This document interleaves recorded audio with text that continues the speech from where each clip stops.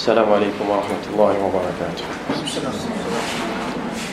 Innal hamdalillah nahmaduhu wa nasta'inuhu wa nastaghfiruh wa na'udzu billahi min shururi anfusina wa min sayyiati a'malina.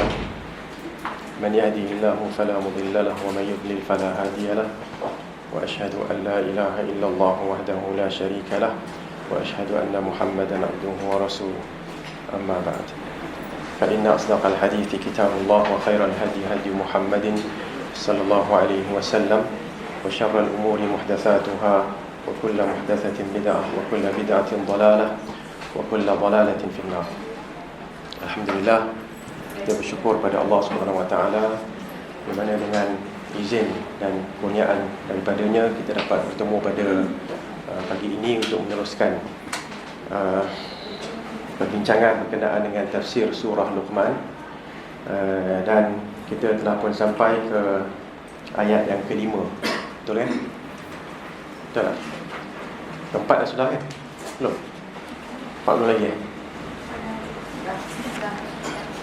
dah kan? Saya rasa macam sudah. Yang kita sebut bahawa solat itu merupakan contoh kepada amalan-amalan yang amalan-amalan yang fizikal. Zakat pula adalah contoh bagi amalan-amalan yang bersifat keuangan kan, harta lah. Dan beriman dengan hari akhirat pula adalah merupakan isyarat kepada keimanan dengan perkara ghaib. Dah sudah kan? Kan, betul kan? Okey. Baik. Dengan itu kita terus pergi kepada ayat yang kelima insya-Allah, dan juga ayat yang keenam. Ayat yang keenam ni adalah perbincangan yang lebih sedikit. Okey. Apa pun kita bacakan dahulu dengan izin Allah Subhanahu Wa Taala. Okey. 5, 6, 7.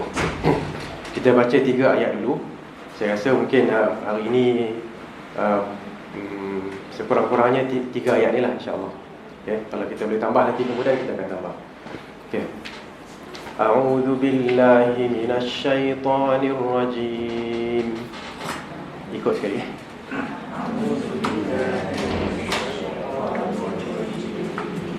Wa minan nasi man yashtari lahwal hadits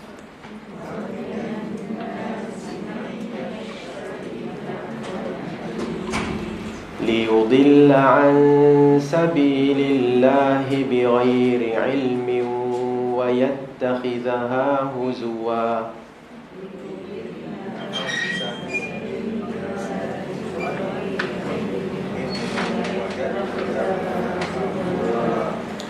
أولئك لهم عذاب مهين.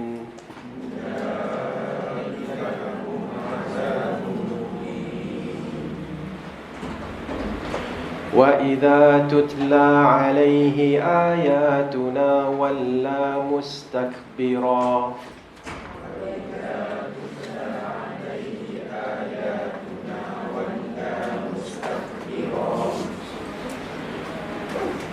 كَأَنْ لَمْ يَسْمَعْهَا كَأَنَّ فِي أُذُنَيْهِ وَقْرًا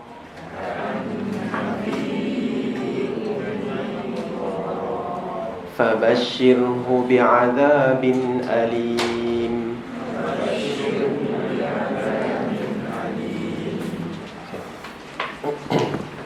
Saya sebenarnya terlepas, saya baca ayat yang ke-6 terus ya.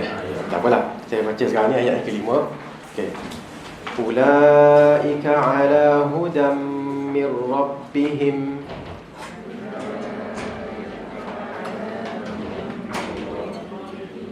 wa ulaika humul muflihun.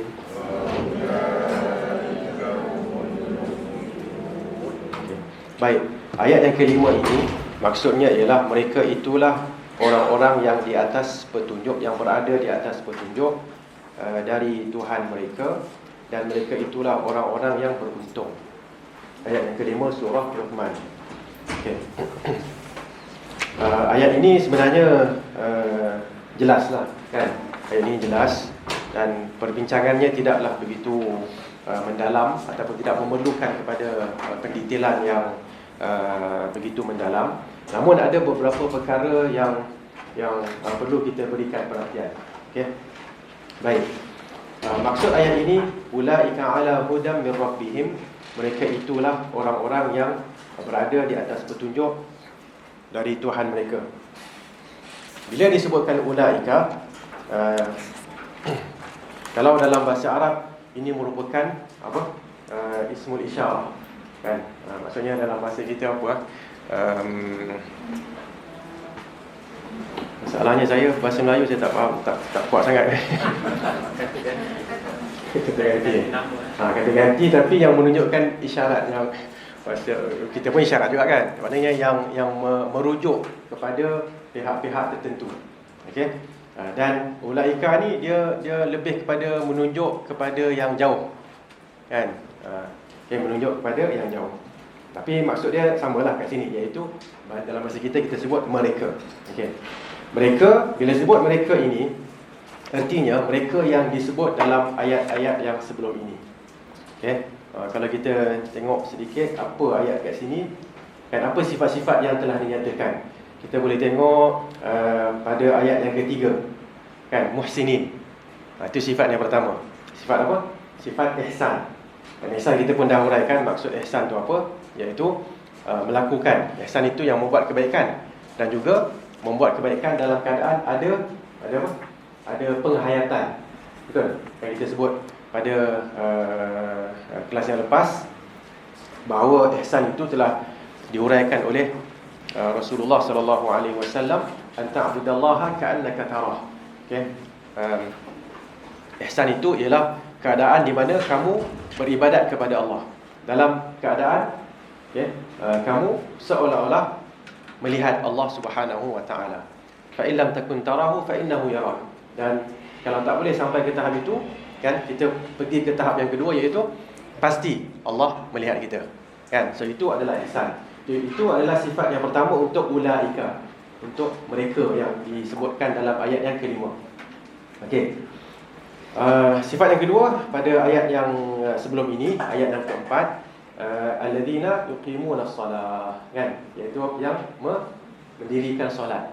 Okey, dan sudah sedia maklum bahawa iqamatus salah ialah melaksanakan solat dengan tata cara yang diajarkan oleh Rasulullah sallallahu alaihi wasallam. Ramadan dah dekat kan?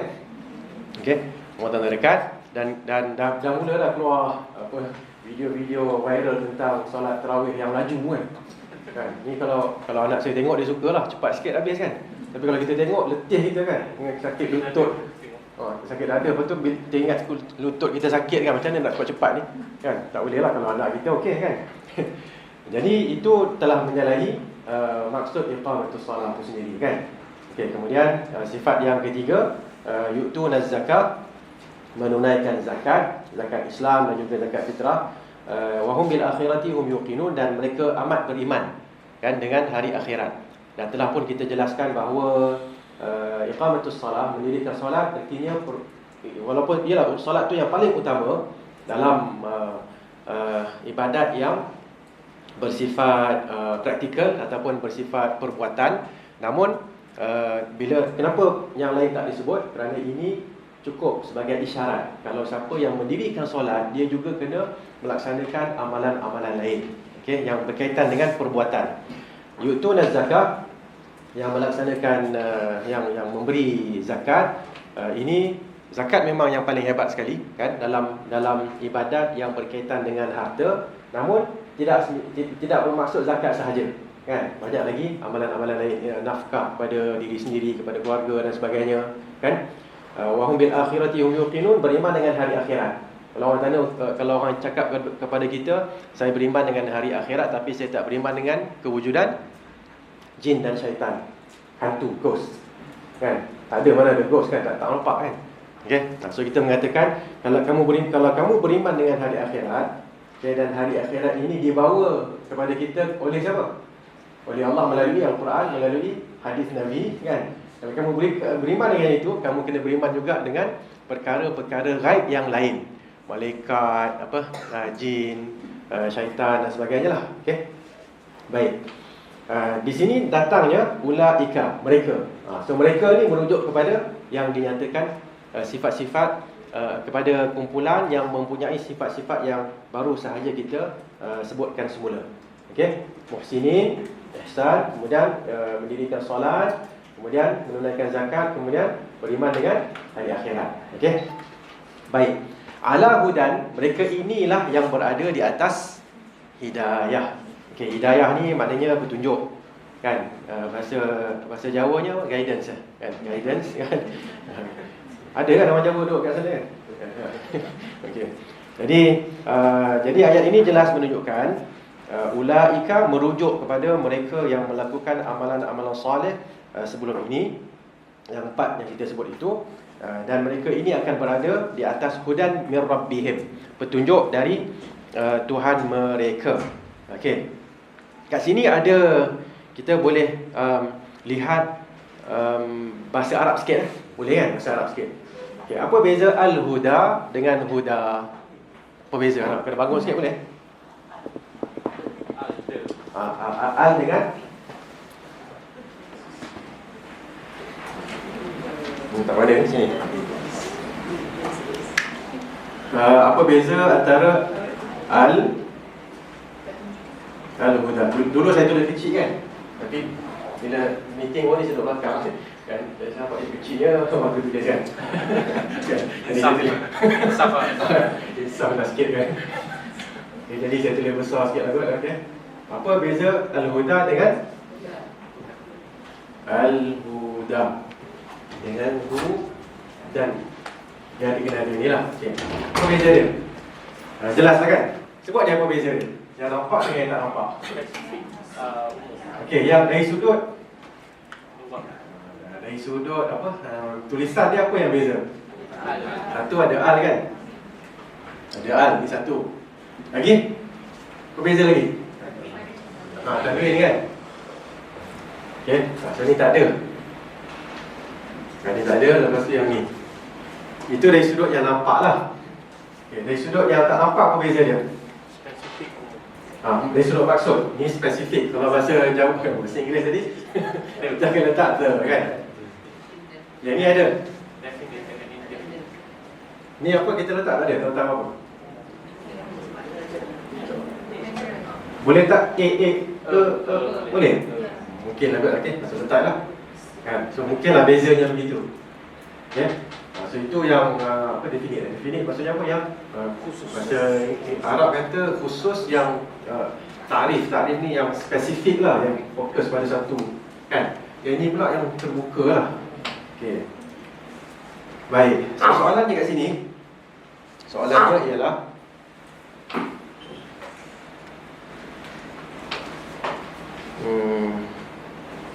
okey. Mana yang lebih besar sebenarnya? Adakah yang spesifik ataupun yang tidak spesifik? Tidak spesifik. Yang tidak spesifik. Okey. So kat sini memang dijelaskan bahawa tanwin ini menunjukkan kepada pengagungan. Pengagungan bila kalau al-huda dia ada juga kadang-kadang disebutkan al-hidayah, al-huda kan. Tetapi bila di nakirah, bahasa Arabnya disebut nakirah, maksudnya tidak dispesifikkan, sebenarnya dia lebih besar lagi. Contohlah tu, Rabbana atina fid dunya hasanatan, hasanah kan. Hasanah kalau baca dengan semua harakatnya hasanatan, hudan.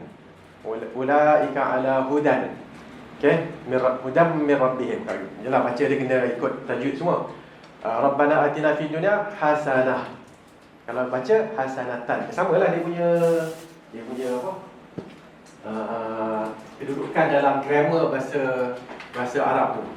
Dia ni spesifik, ini yang tidak spesifik. Daripada sini para ulama kita mengatakan, bila diletakkan, sebenarnya yang ni betul. Al-huda memang Allah hidayah daripada Allah sahaja. Tetapi bila dilepaskan ataupun tidak dikaitkan dengan sesuatu hidayah, hudan hidayah. Apa saja bentuk hidayah. Tapi dikaitkan lepas tu juga mir rabbihim. Okey? Dalam ayat ni lah mir rabbihim. Jadi ini menunjukkan bahawa hudan ini adalah sesuatu yang hebat, yang besar. Samalah lebih kurang kita nak faham. Rabbana atina fid dunya hasanatan. Kenapa? Boleh tak sebut Rabbana atina fid dunyal hasanata? Ada alif lam. Boleh. Dari sudut bahasa boleh tak? Boleh. Tapi Allah Subhanahu Wa Taala menyatakan perkara ni nak menunjukkan bahawa benda tu begitu besar dan begitu hebat, begitu merangkumi. Jadi tak perlu nak letakkan alif lam itu. Okey? Okey, itu satu. Yang kedua ialah terus kepada sebelum tu lah.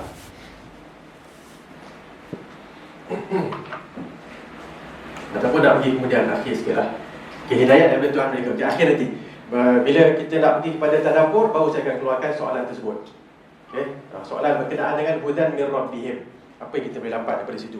Hidayat daripada Tuhan mereka. Kita pergi kepada potongan yang seterusnya. Wa ulaika humul muflihun. Dan mereka itulah, dan mereka itulah orang-orang yang beruntung. Ada alif lam ke tak ada? Ada ke tak ada? Muflihun kan? Dia ada alif lam kan? Kalau tak ada alif lam, dia akan jadi macam ni lah, lebih kurang macam mana tulis je. Muflihun kan? Ini tak ada kan? Dia tak ada alif lam kan? Biasa orang perempuan suka kala-kala ni kan? Dalam nota, tengok student punya nota, dalam lelaki hitam dia. Kalau perempuan dia hitam, biru, hijau semua ada kan? So alif lam dia ada, itu tak ada alif lam. So apa beza kat sini? Boleh tanya beza tak? Kan? Wa ulaika, dan mereka itu. Ulaika ala hudan. Tak ada alif lam. Tapi yang ni pula, wa ulaika humul muflihun. Wa ulaika hum muflihun. Dia ada alif lam, bukan tak ada alif lam. Jadi bila disebut al-muflihun, sebelum tu lah, apa beza kalau al-muflihun dengan muflihun?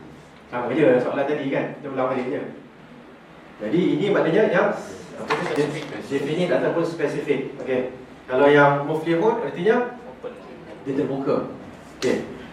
So kenapa? Bolehlah buat tanya kenapa kan? Kenapa hudan disebutkan secara tidak spesifik, terbuka? Al-muflihun pula disebutkan secara spesifik, tidak terbuka. Boleh soalan tu? Tak apa, jawapan saya jawab, kenapa? Nak menunjukkan, bila disebutkan al-muflihun, nak menunjukkan memang spesifik. Orang yang ada sifat-sifat tertentu itulah, kan, mereka akan termasuk dalam golongan yang berjaya. Muflihun bukan berjaya, bolehlah berjaya ataupun yang beruntung. Waalaikumsalam warahmatullahi. Jadi al-muflihun menunjukkan, perkataan alif lam itu menunjukkan orang yang beruntung ataupun yang berjaya mendapat rahmat Allah dengan masuk syurga dan sebagainya, ialah yang mempunyai sifat-sifat yang dinyatakan sebelum ini. Lain daripada mereka tak dapat. Baik, kejap Jadi kalau nak berjaya, caranya ialah dengan cara ini sahaja. Kalau nak berjaya menggunakan cara lain, tak boleh.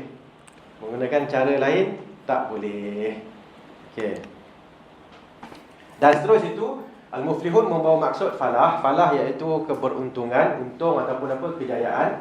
Dan kejayaan di sini adakah dunia sahaja, akhirat sahaja? Tak, dua-dua sekali. Baik. Dengan itu kita nak keluarkan soalan tadilah. Soalan dah faham kan ayat ni? Secara dasarnya dah faham. Jangan buat susah-susah kan. Kalam Allah ni mudah. Jangan saya nampak dia yang berkerut-kerut muka kan.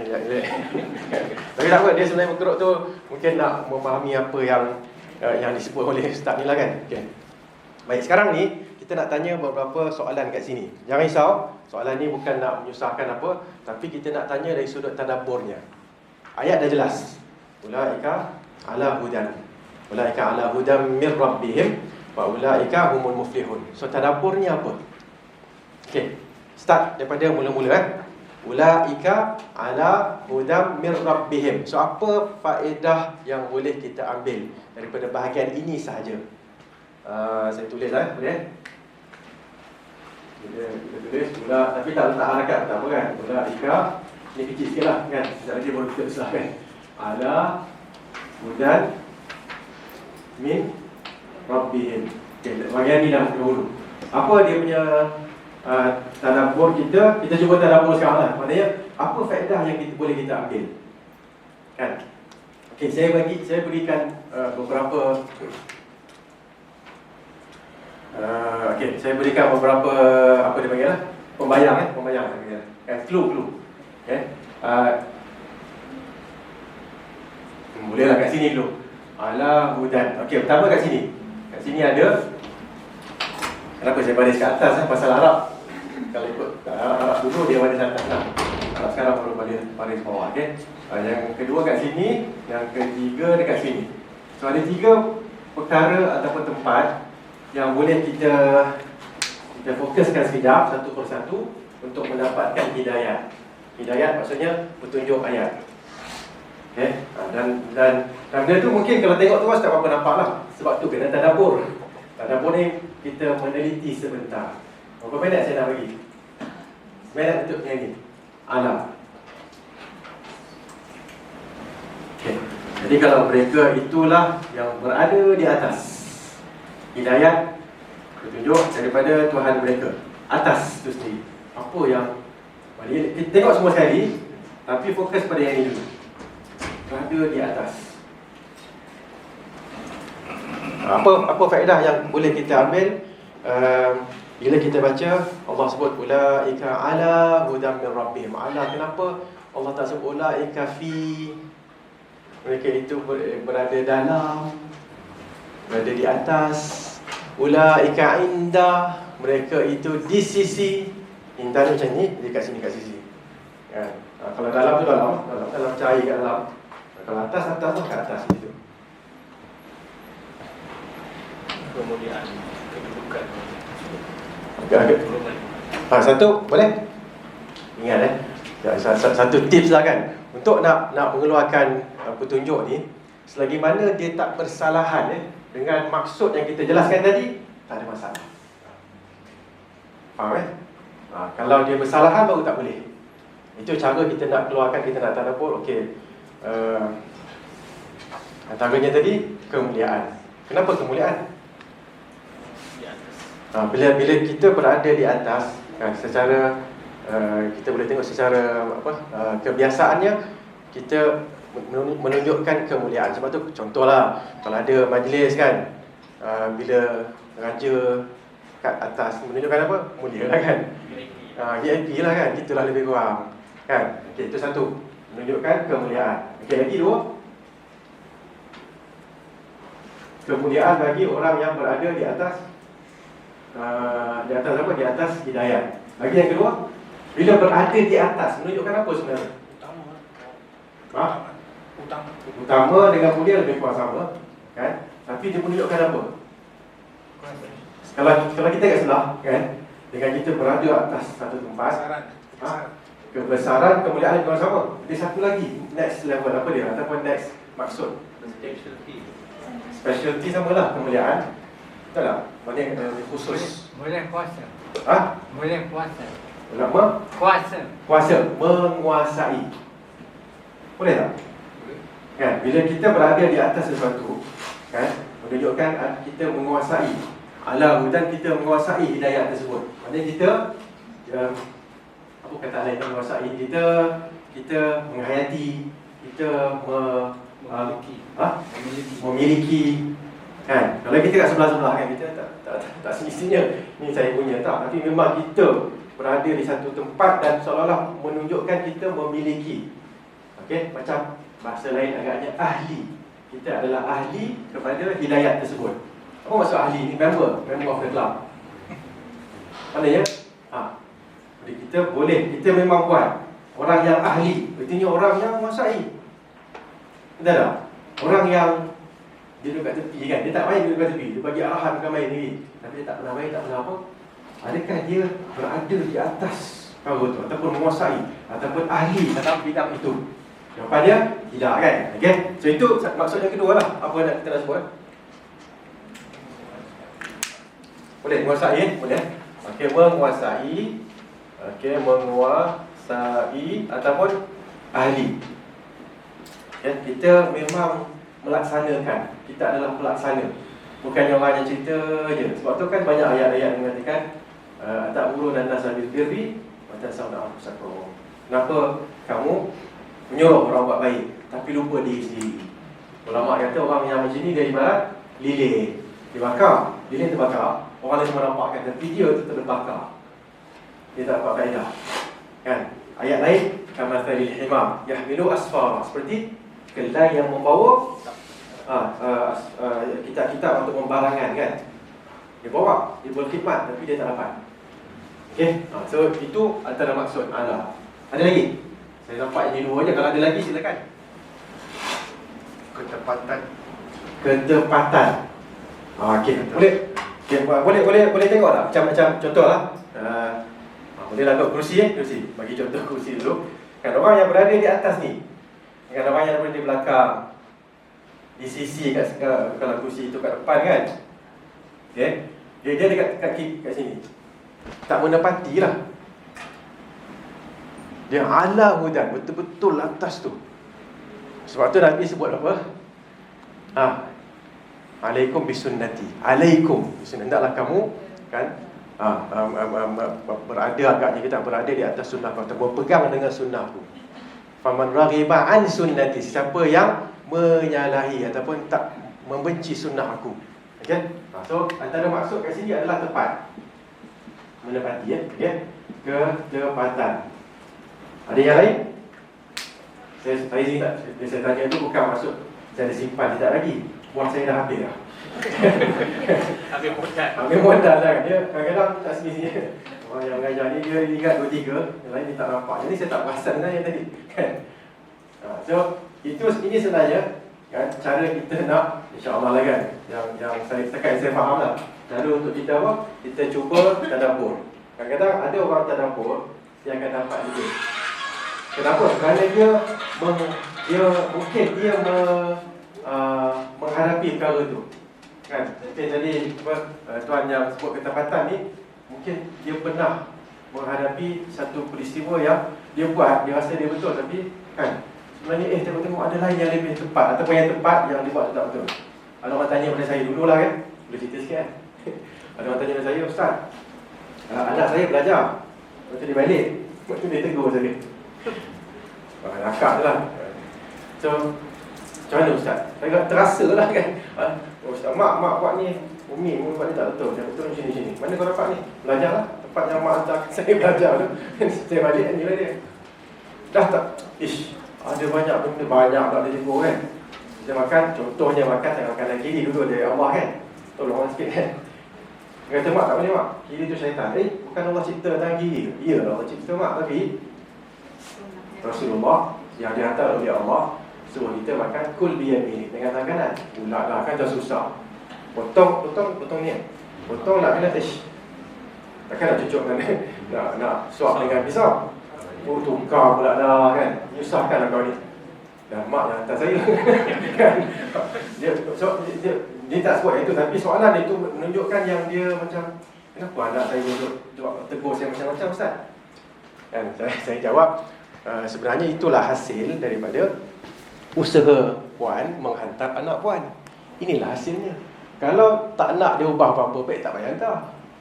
Baik tak payah hantar dia belajar, betul tak?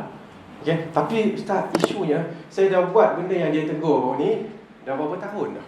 Berpuluh-puluh tahun. Kan? Nak hantar anak tu ke sekolah dah, mungkin katalah kahwin umur 20, agaklah 20-25. Dapat anak umur 27. Anak tu nak besar, berapa? Nak sampai ke sekolah, masuk sekolah berapa? Ada 5 tahun, paling kuat 10 tahun lah kot. Dah berapa dah? 35, 37 kan? Katalah dia mula beramal 15, dah berapa? 15 tahun.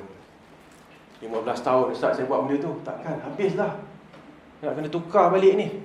Siapa jawapan dia? Siapa boleh jawab? Dalam surah Furqan akhir-akhir itu ada disebutkan illa man taba wa amana wa amila amalan salihah faulaika yubaddilullahu sayyiatihim hasanat. Mereka itu akan diubahkan keburukan, pasal ni hitam sikit kan, keburukan mereka kepada hasanat, kepada kebaikan. Okey, jangan risau puan. Kalau puan berubah mengikut apa yang disebutkan oleh anak puan itu, dan anak ni anak yang baik, pasal dia tegur mak dia kan, okey, mak tak boleh makan tangan kiri mak, dia tegur, ish, mak nak marah kan, iyalah, okey, nak tukar balik kan. Sebab tu kadang-kadang ada orang dia potong semua dulu, potong lepas tu dia letak tepi, barulah dia ambil yang garpu makan. Pelik dia kan, oh baru pergi haji lah, okey, faham lah.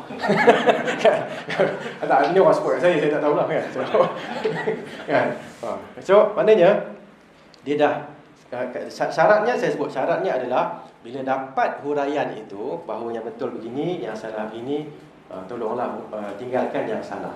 Kalau dapat itu dan jelas, ikut, jawapannya adalah macam ayat yang tadi ada Al-Quran sini. Saya ayat tu nanti ulaika faulaika yubaddilullahu sayyiatihim hasanat. Surah Furqan, dia page yang last kali tu. Okey, mereka itu siapa tu? Illa man taba wa amana wa amila amalan salihah. Kecuali mereka yang bertaubat. Bertaubat maksudnya dia tahu benda itu salah dan dia meninggalkannya. Wa amana, beriman. Beriman maksudnya apa? Dia percaya. Kan bila dia tegur, jelas semua ayat Quran di sini, hadis di sini, berimanlah. Wa amila amalan salihah, dan dia beramal. Dia ikut yang baru tu. Kadang-kadang nak ikut yang baru susah tau. Betul tak? Saya ni mungkin lain sikit lah, daripada kecil lagi agaknya lah kot kan. Dah belajar yang betul ni, ada kawan-kawan yang belajar tak betul dulu kan, dia tengok saya kan, dia kata entah senang lah kan, pasal belajar dari awal yang betul. Kita orang dulu, ya Allah kan, macam-macam nak kena ubah. Okey, jadi kat sini kita faham apa? Kita faham, jangan risau. Yang diubah tu, bila kita ubah 30 tahun, 15 tahun, bila kita nak ubah kepada yang betul, jangan risau. Yang sebelum ni ditulis kebaikan. Faulaika yubaddilu, ni apa ayat tu? 70, ayat 70 kan? Surah Furqan. Faulaika yubaddilu sayyiatihim hasanat. Keburukan mereka akan jadi kebaikan. Jangan risau puan. Yang 15 tahun puan buat salah tu adalah pahala. Dengan syarat puan terima je apa yang benda yang betul yang anak puan cerita tu. Settle. Dia masalahnya kalau dia dah tahu tak terima. Tapi kalau puan tahu dan puan tak terima, puan kena tanggung lah. Macam tu Ustaz ya, betul. So memang dia ulang balik lah kan. Betul Ustaz.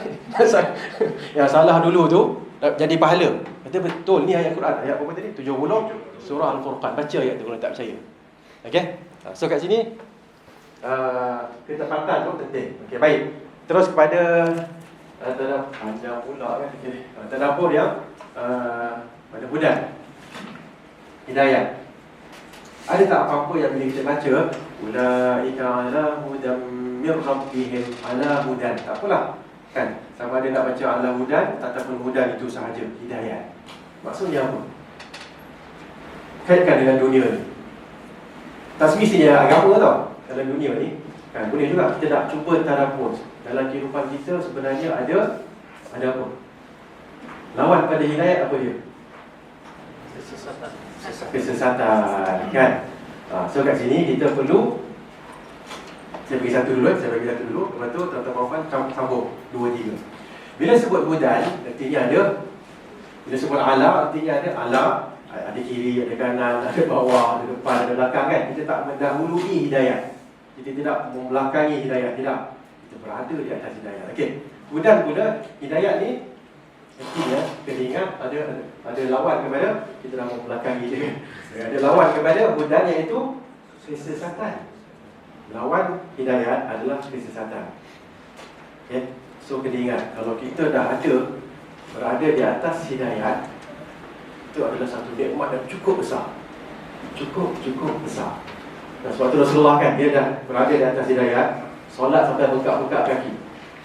Rasulullah punya lagi dahsyat lagi. Rasulullah dah diampunkan dosa sebelum selepas apa semua, tetap buka-buka kaki. Kita yang tak pasti ni kan, kita rasa dah macam dah masuk syurga dah. Kan? Dia ada dua benda lah. Satu, bila berada di atas hidayat, kan? Satu benda saya sebut juga lah kan, sebab secara ilmunya, sesiapa yang telah beriman dengan Allah tak melakukan syirik, hidayat yang paling besar sekali, nanti dah memang jamin dah sebenarnya masuk syurga. Tapi jangan dengan jaminan tu, lepas ni inilah kelas yang terakhir. Lepas dah jamin, nak buat apa lagi? Tak, kita teruskan. Kerana hidup kita tak habis lagi. Kan Allah sebut, qul inna salati wa nusuki wa mahyaya, kehidupanku. Katakanlah sesungguhnya solatku, apa dia nama apa? Wangin. Cepat sangatlah. Kan? Dia kata tak apa. Saya jawab sikit. Katakanlah solatku, nusuk ni amalan-amalan yang berkaitan dengan korban dan sebagainya. Wa mahyaya, dan kehidupanku. Hidup kita tak habis lagi. Kan? InsyaAllah dia betul nak masuk syurga, ya. Tapi tak habis lagi, kena teruskan. Okay, buat amalan. Okay? Ayat lain pun ada sebut, tak apa cukup itu dulu. Kan? Saya nak sebut tadi, hatta wa'bud rabbaka hatta ya'tiyakal yaqin. Beribadatlah kepada Tuhan kamu sehingga datang kepada kamu keyakinan. Yakin itu maksudnya apa? Kematian. Okay? So apa pun, kita dah faham kat sini, hudan artinya lawan kepada hidayat. Kalau dapat satu hidayat, dua hidayat, tiga hidayat, bentuk-bentuk hidayat tu, sebenarnya satu nikmat yang besar. Satu nikmat besar, dua nikmat besar, tiga nikmat besar. Okay? Kena syukur nikmat-nikmat ini. Okay? So kita jangan rasa, kita dah dapat hidayat kan, bila tengok orang yang berada atas kesesatan, kalau aku buat macam dia kan bagus, tak boleh. Kita kena mensyukuri nikmat kita ini. Okay? Kiralah sahaja apa sahaja nikmat. Kadang-kadang orang tak nampak apa nikmat ni. Kadang-kadang dia ada nikmat, contohnya kesihatan.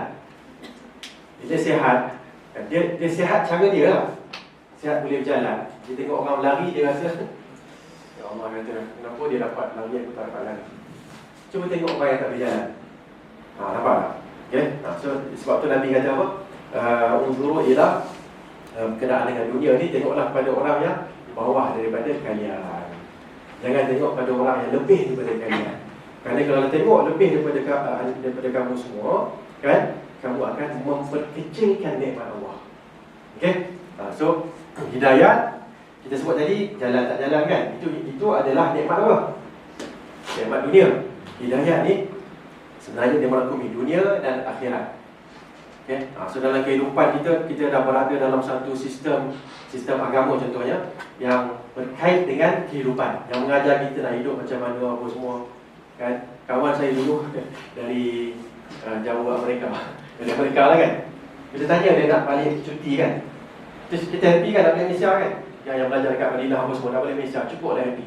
Zaman tu restoran Melayu tak ada lagi, ada restoran Indonesia je. Kan, restoran Indonesia boleh lah kan. Okay? So zaman sekarang dah banyak lah dekat Mekah Madinah. Nak balik ada naik pas sekali, tanya kawan soal kan. So bila nak balik nanti nak ke mana? Kat mereka. Tanya soalan tu pun dia dah sedih lah. And I don't like that question. So why? You should be happy message. You're going home. Kata apa nak? Gimana kat sana? Mak dia pun dah buang dia dah. Kan? Keluarga dah buang dia dah. Kata mak dia buang bukan kan Islam tau. Kerana umur 18 tahun, okay, you should get out of the house, find your own home. Mak kita ada macam tu? Tak ada. Kita sampai mati kalau anak tu tak ada rumah duduk begitu. Betul tak? Dia tak ada 18 tahun kan? 18 tahun, keluar lah. Seorang lagi, satu lah tak habis lagi saya. Seorang lagi dia kata dia masuk Islam. Kakak dia kan dia tak masuk Islam. Kata saya dia lepas belajar Islam, saya balik jumpa mak saya. Kakak saya tu sampai ke sudah tak nak jumpa. Dia dah kena halau. Siapa nak balik? Dia tak masuk Islam lah kakak dia kan. Saya tahu kenapa saya kena halau juga. Tapi saya tahu dari Islam kena juga. Dia masih hidup, dia juga buat baik. Dia okay, so sistem dah ada kan. Itu yang kita sebut tadi, hudan ini dunia akhirat, berada di atas hidayah.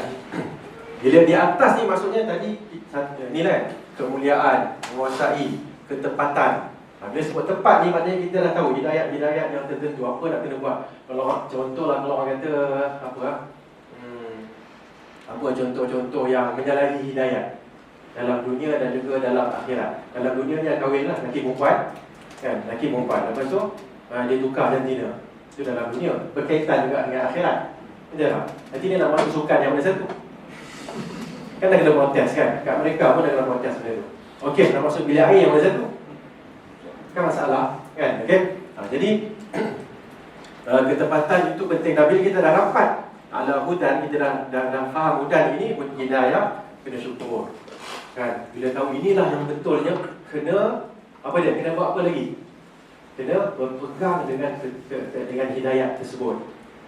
Okey. Dan bila hudan, dia lawan kepada kesesatan. Artinya kena tahu yang sesat juga. Sebab tu ihdinas siratal mustaqim. Berhenti situ je. Tak. Siratal ladzina an'amta 'alaihim. Berhenti situ je. Tak. Ghairil maghdubi 'alaihim waladdallin. Kena jelaskan ini yang betul, yang ini yang salah pun kena tahu juga.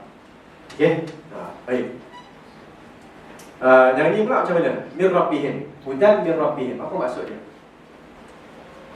Ataupun ialah apa petunjuk yang boleh kita ambil untuk kehidupan kita? Saya buat cara ni berharap supaya kita nak santai-santai kan. Tapi kalau jadi tension, saya minta maaf lah. Jangan risau dia tak ada markah apa semua kan. Tak ada markah, tak ada apa. Kalau dia jawab, ada jawab tak apa, senyap tak apa kan. Dia lain kepala pun tak apa kan. Tapi kalau dia jawab, angkat je tangan kan. Kalau tak boleh jawab pun, saya akan jawab lah. Ikut apa yang kita tahu sikit-sikit tu, insyaAllah. Okay, ada siapa yang nak berkongsi kat sini? Mir rabbihim, dari Tuhan mereka. Apa maksud dia kat sini? Apa maksud yang boleh kita kaitkan dengan agama kita? Kita boleh kita kaitkan dengan dunia kita. Hidayat daripada Tuhan. Ada tak? Tak semua orang boleh dapat hidayah. Tak semua orang boleh dapat hidayah. Okey. Kat situ agaknya kat sini, itu ala hudan sini, dah balik belakang. Jadi tak apalah, okey lah tu. Ala hidayah maksudnya ala hudan, maksudnya ada orang yang tak dapat. Tapi bila kita sebut mir rabbihim, hidayah dari Tuhan mereka. Dari sumber yang betul. Dari sumber yang betul. Kalau dari tak betul, dari mana? Selain daripada Allah. Selain daripada Allah. Maknanya ada orang dia berada di atas petunjuk juga. Petunjuk lah kan? Tapi petunjuk itu daripada selain Allah. Bila petunjuk daripada selain Allah, dia ada kan? Kat sini dan min rabbihim. Lawan dia apa? Min ghairillah lah kita sebut lah. Selain daripada Allah. Okey. Tapi orang ada mengatakan hidayah juga, saya pun ada petunjuk kan daripada, tapi tanya saya, dia bagilah petunjuk dia yang bukan dari Tuhan mereka, bukan dari Allah. Okey. Dia namakan petunjuk kan? Tapi kita namakan apa dia? Kita namakan apa tadi? Sesat dia. Halal. Sesat. Pada kita itu adalah kesesatan. Macam inilah. Contohnya isu LGBT semua kan, nak tukar jantina ni. Semua ada petunjuk tu, bukan tak ada petunjuk. Nak tukar kena buat sini. Ataupun okay, nak kahwin ni dia zina. Zina ni kalau petunjuk daripada Allah lah kan. Apa petunjuknya? Zina, kalau suka sama suka tak ada masalah. Tak? Kita tak. Itu pada kita adalah kesesatan. Okey. Tapi macam mana kita nak tahu bahawa yang dikatakan sebagai hidayah daripada selain Allah ini kan, dikatakan sebagai hidayah, macam mana kita nak tahu sebenarnya bukan hidayah tetapi adalah kesesatan? Macam mana kita nak tahu? Kita kena tahu hidayah itu apa, kita tahu kesesatan itu apa. Baru kita tahu. Artinya la ilaha illallah. Konsep tu je. Balik pada yang tu kan. Konsep mana nak tulis? Kat sini la ilaha, sinilah. Okay. La ilaha illallah. Apa konsep yang ada kat sini? La ilaha, konsep apa? Bateri ada depan belakang tu, ada apa? Ini negatif kan? Yang ni apa? Positif. Dua benda ni settle, kita akan selamat. La ilaha, tiada Tuhan illallah, kecuali Allah. Maksudnya tiada Tuhan. Tapi ustaz, ada je orang sembah tu, orang sembah ni, orang sembah ni, orang sembah ni. Ada je Tuhan selain Allah. So maksudnya tiada Tuhan yang benar, yang betul, yang berhak kecuali Allah. Tuhan yang tak berhak banyak. Nabi Isa pun Tuhan yang tak berhak. Bukan Nabi Isa salah tak? Orang menganggap dia Tuhan. Dia tidak berhak. Uzair, okay? Harta yang pergi jauh lah, itu orang saleh kan. Pokok pun ada. Pokok ni memanglah pokok tu salihah kan. Kan? Dia bertasbih kepada Allah, betul kan? Tapi pokok ni dia, orang kata tak kenalah nak sembah pokok tu kan. Okay? Tapi orang ambil juga. Artinya kita kena tahu mana yang betul hanyalah ini sahaja, Allah sahaja. Yang salah banyak. Sesama juga kan, yang betul satu dan yang salah tu banyak. Okey, satu lah. Itu yang kita sebutkan mir rabbihim. Jadi jangan terperanjat kalau ada orang berpegang dengan sesuatu kesesatan yang datang daripada selain Allah, syaitan, manusia, syaitan jin, syaitan manusia dan sebagainya lah. Betul? Kerana mereka menganggap itu sebagai hidayah. Tapi pada kita bukan. So, tugas kita apa? Jelaskan. Tapi bila jelaskan, orang terima ke? Tak semestinya. Rasulullah yang paling hebat menjelaskan pun tak, ramai orang tak terima dia. Kita ni apatah lagi. Tapi kita usaha je. Okey, boleh kat situ. Ada siapa yang rasa ustaz nak tambah lagi? Ada tak? Yang ini contoh contoh cara kita nak mendapatkan petunjuk daripada ayat-ayat tersebut. Okey. Kemudian kita pergi kepada ayat yang seterusnya, ayat yang ke-6. Ayat ni boleh kot dalam setengah jam insya-Allah. Ayat ni memang panjang sikit. Okay, dia ayat ni seolah-olah bila Allah sebutkan hudan dari hudan min rabbihim, kemudian Allah sebutkan ayat ni, mari kita tengok pada keadaan sekarang ni, memang kita akan berada di bawah dilema hidayat versus dalal. Kan, hidayat petunjuk lawan kepada kesesatan. Tunjuk lawan kesesatan. Yang mana ada kesesatan yang orang anggap sebagai hidayah. Ini memang susah. Okay. Kalau kesesatan, orang anggap kesesatan tak ada masalah. Merokok, ada tak orang merokok kata ini adalah punca kesihatan? Tak ada. Betul tak? Tak ada. Alhamdulillah. Walaupun dia merokok, tegar. Perokok tegar kan? Perokok yang tak dalam. Ada kawan atuk saya rasa dah meninggal lah. Bila berjarah dia merokok lah. Dia merokok. Atuk saya dah meninggal lama dah. Dia merokok, dia kata tengok. Dia panggil adik dia atuk juga. Atuk merokok tak meninggal lagi. Aduh, tak ada kata lah ucap. Semoga Allah beri hidayah lah kan. Macam mana kan. So macam mana kita nak tu. Okay. So apa pun kat sini kita cuba bacakan, kita bacakan bersama dan kita cuba tengok maksud ayat yang ke-6 ni. Tapi memang kat sini dia ada macam satu membawa kita kepada satu crossroad. Crossroad mana kena pilih lah. Kena pilih nak ni ke nak ni. Macam itulah lebih kurang. Tengok sekejap lagi. Okey, Allah SWT sebutkan wa minan nas man yashtari lahwal hadith, di antara manusia ada orang yang mempergunakan perkataan sia-sia. Okey, yashtari asalnya maksudnya membeli. Okey. Liyudilla an sabilillah, untuk menyesatkan manusia dari jalan Allah.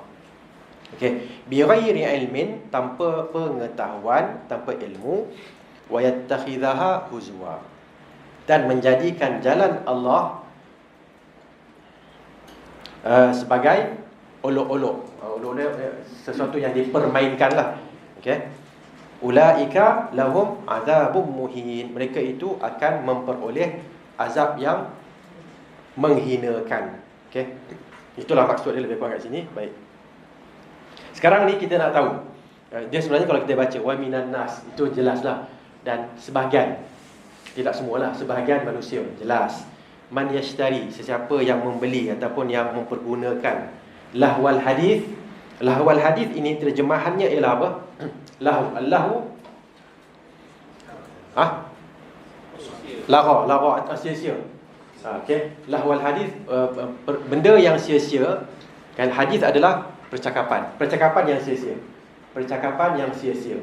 Itu maksudnya lahwal hadis. Okey. Kenapa dia buat begitu? Liyudillah, untuk nak menyesatkan orang ramai daripada jalan Allah sabilillah. Okey.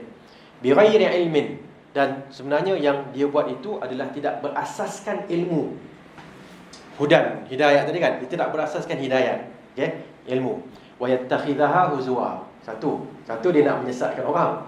Okey. Kemudian dia tak ada hujah yang nyata ataupun tidak berada di atas ilmu. Kan? Yang ketiga ialah dia menjadikan jalan Allah itu sebagai olok-olok, mempermainkan. Okey. Dengan itu, apa hukumannya? Ulaika lahum adzabun alim. Mereka itu akan diberikan azab yang menghinakan, menghina. Okey. Baik. Sekarang ni ayat ni sebenarnya dari sudut bahasa tak susah sangat. Tapi dari sudut satu je yang perlukan perbincangan, lahwal hadis. Lahwal hadis, perkataan yang sia-sia. Apa maksud perkataan yang sia-sia? Okey. Ada okey. Macam mana saya buat ya? Okey, boleh lah. Lahwal hadis, perkataan yang sia-sia ini ada dua pandangan. Boleh minta dia padamkan ya? Dia senang nak bangun, kita susah nak bangun, berat sikit. Saya suruh anak saya jalan buat sangat. Kata kenapa bapa tak bangun? Kata bapa dah berat dah.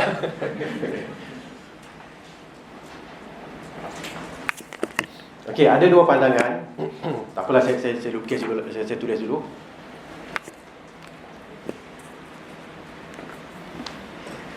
Kat sini ya.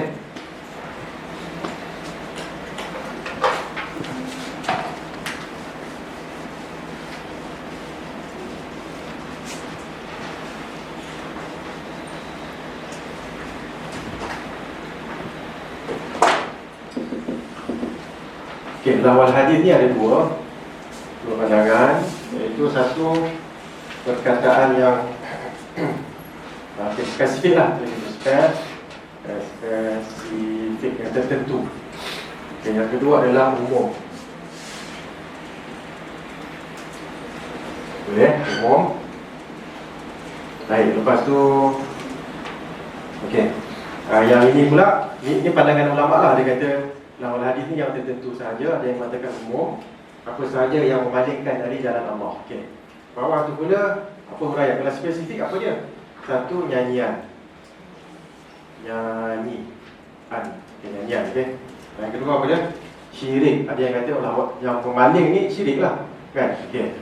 Yang ketiga ialah kisah-kisah. Cerita lah, cerita. Di sini lah. Di sini iaitu apa? Penyanyi ya. Penyanyi. Inilah. Ringkas begitulah. Okey, so ini pandangan yang ada. Okay, kita uraikan sikit. Nampak kan? Okey.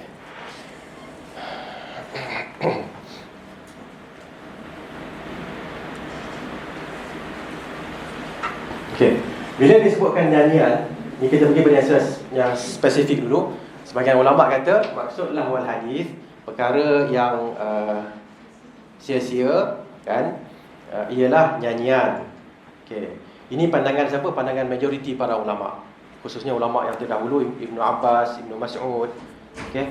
Dan Ibnu Mas'ud dan Ibnu Abbas ni dikira sebagai pentafsir di kalangan ulama sahabat kan. Lepas itu pun Mujahid, Ikrimah, Atha, Ibrahim dan lain-lain, maknanya anak murid pada Ibnu Abbas dan Ibnu Mas'ud, mereka pun ambil pandangan yang sama. Okey. Ibnu Mas'ud kata al-ghina wallahi alladhi la ilaha illa hu. Bila ditanya tentang lahwal hadis tu, dia mengatakan al-ghina, iaitu nyanyian. Demi Allah yang tiada Tuhan selainnya. Maknanya maksud lahwal hadis adalah nyanyian. Okey. Ibnu Abbas pun sama. Huwal ghina wa nahwuhu. Kan? Maksud lahwal hadis adalah nyanyian, ghina dan yang sama dengannya. Okey. Baik. Kemudian ada sebagian ulama kata syirik. Ada sebagian ulama, ini merujuk pada kitab ada ya. Okey, kitab-kitab tafsir lah ya, Tabari dan lain-lain lah, Qurtubi dan juga lain-lain, tak apa. Yang penting kita ringkaskan. Sebagian ulama kata syirik. Yang memalingkan adalah syirik. Yang ketiga, cerita. Cerita ni siapa yang buat? An-Nadhr Ibn al-Harith. Zaman Nabi ada seorang nama dia An-Nadhr. Kita tengok nama dia. Al-Nadhr. D-H-A.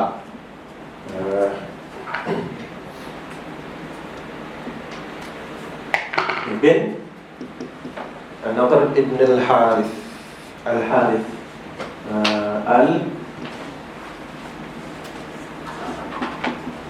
Apa dia buat? An-Nadhr ni dia buat apa?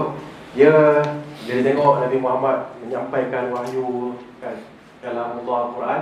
Dia pergi beli buku-buku kan, buku-buku dari kerajaan orang-orang Rom, Farsi dan sebagainya kan. Dia bawa buku tu balik kan. Usaha dia nak beli okay. Kemudian bila Nabi cakap je, dia pun buka storytelling dia tu. Dia ceritakan kerajaan Rom dulu macam ni kan. Nak counter balik kan. Dia nak bawa sendiri tak boleh. Dia tak ada tu, dia bawa lah, dia nak counter balik. Okay.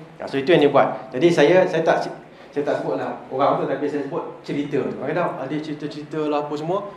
Kalau sekarang ni apa? Drama. Kan? Boleh ke tak disebut? Drama lah, cerita-cerita tu kan. Story-story yang kita tu kan. Apa Maxwell apa benda tu kan. Superman kita kan. Okey. Jangan pergi jauh-jauh kan. Yang itu depan mata kan. Okey. Baik. Yang keempat, maksudnya apa? Ada orang yang membeli zaman dulu kan. Orang yang merdeka.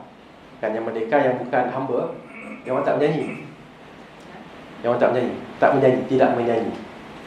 Tak menyanyi, pasal dia merdeka. Kan? Kenapa? Mana saya tahu. Dia orang macam tu kan. Maknanya hamba je yang menyanyi. Slave, yang menyanyi adalah slave. Slave ni pula, siapa pula? Perempuan. Slave yang perempuan yang menyanyi. Jadi, kan? Jadi ada orang beli hamba-hamba. Zaman dulu kan ada jual hamba ni. Beli hamba yang menyanyi untuk menyanyi. So kita kena faham lah tu. Yang kedua, satu benda lain yang zaman dulu, orang merdeka tidak akan berzina. Hanya hamba je yang berzina. Zaman dulu lah. Zaman sekarang ni kita tak tahu lah kan. Bukan tak tahu lah tapi kan, zaman dulu macam tu. Macam susah. Zaman jahiliah, bila datangnya Islam tu kan, bila bai'ah wanita Quraisy kepada Rasulullah, wala yaznin, dan mereka tidak berzina. Kena bai'ah supaya tak berzina. Kan Hind, isteri kepada siapa? Abu Sufyan kan. Dia kata apa? Ataznil hurrah? Ya Rasulullah, ataznil hurrah? Wahai Rasulullah, orang yang merdeka ni berzina ke? Nampak? Pada dia orang tu, kalau dia merdeka tak boleh berzina. Salah satu orang kata apa, sifat yang mulia yang daripada golongan jahiliah. Okay, so kita sekarang ni sebahagian mana zaman sekarang ni dah macam melanggar benda tu kan. Benda yang sepatutnya tak boleh. Kan, dari sudut akal pun dah tak boleh. Bukan agama tau. Orang jahiliah cakap ni. Kan? Okay. So kena hati-hati perkara ni. Baik. So apa pun, ini maksud kat sini. Ada orang yang beli penyanyi di kalangan hamba perempuan untuk menyanyi. Kan? Okay.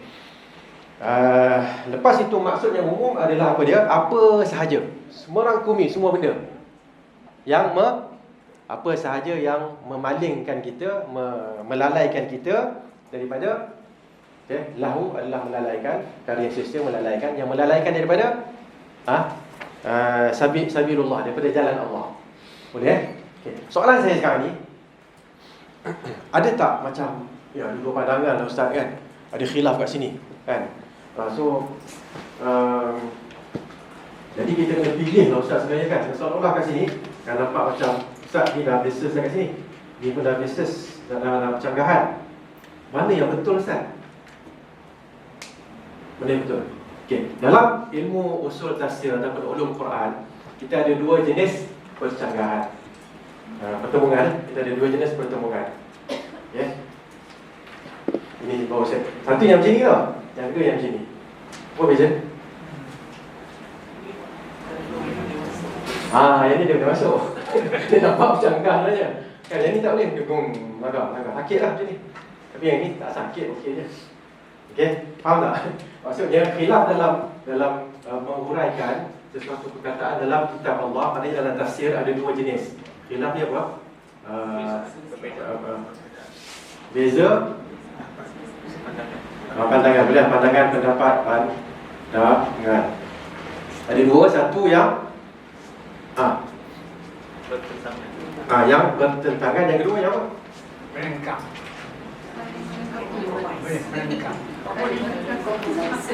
Okey, tak apa. Satu yang bertentangan. Saya malah tidak banyak-banyak apa yang bertentangan.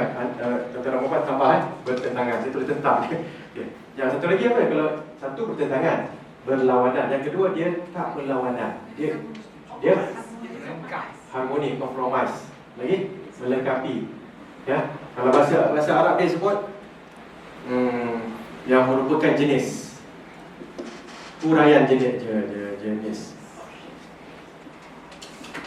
Bukan, huraian jenis. Tanawwu' ni nau' kan, nau' awal jenis pertama manusia ni ada beberapa jenis, ada lelaki, ada perempuan. Betul ada apa? Ada besar, ada kecil, ada tua, ada muda. Itu jenis-jenis. Jadi bolehlah saya letak dulu kata huraian kepada jenis. Okey. Maknanya macam ini, yang ada satu, adakah yang bertentangan? Bertentangan ataupun huraian jenis. Huraian jenis. Okay. Contoh saya bagi. Lahul hadis ni lelaki contoh lain ialah macam tadilah hudan. Hidayah kan? Hidayah dari Tuhan. Tak apalah Ustaz, janganlah strict sangat. Kan? Maknanya yalah, orang Kristian pun dia orang nak juga keredaan Allah. Betul tak? Orang Yahudi lagi lah, dia orang nak juga. Dia orang bunuh orang Islam, dia nak keredaan Allah tu. Dia nak juga keredaan Allah. So, akhirat nanti kita tertinggal kat sana lah Ustaz. Banyak kan? Mana boleh? Tak boleh. Kenapa? Kerana ala hudan min rabbihim. Ulaika dia dah jelaskan. Kita dah apa tak? Dia dah jelaskan. Artinya hidayat tu adalah dari Tuhan mereka. Hidayat yang dikira adalah yang dari Tuhan mereka sahaja. Okey. Baik. Yahudi dengan Nasrani pun Tuhan mereka Allah. Itu juga pada yang belakang tu. Apa yang beriman dengan beriman semua tu? Yuqimuna solat. Solat siapa? Solat yang baca kan? Baca yang dekat apa? Wailing wall tu kan baca gitu. Adakah begitu? Tak kan? Ada solat-solat tertentu bermula dengan takbir apa semua, berakhir dengan taslim, memberi salam. Zakat pula apa dia? Kan benda-benda gitu. Jadi kalau tengok tu maksudnya orang Islam lah. Kan? So tiba-tiba boleh pula kita kata tak apalah Ustaz. Kan? Janganlah strict sangat. Yahudi dengan Kristian pun agama langit juga. Okay? Jadi tak payahlah kita nak maknanya mengkhususkan syurga untuk orang Islam je. Kadang-kadang ada orang cakap macam tu. Tak tahulah kan. Doa je lah. Nak buat macam mana. Itu jelas bertentangan. Pilih salah satu. Tapi ada jenis yang penghuraian kepada jenis. Bahagian kedua, beza pandangan dalam menghuraikan lafaz Al-Quran ni macam inilah. Kan? Dia sebenarnya nampak je macam Jesus. Tapi sebenarnya ulama-ulama ni dia menghuraikan mengikut apa yang dia nampak. Maknanya contohnya ada yang mengatakan semua. Dan dia tanya apa dia yang melalaikan semua benda. Yang melalaikan termasuk syaitan. Jadi terpulang pada orang yang bertanya tu, dia ada kaedah. Apa kaedah dia? Melalaikan tak melalaikan. Melalaikan je tak boleh.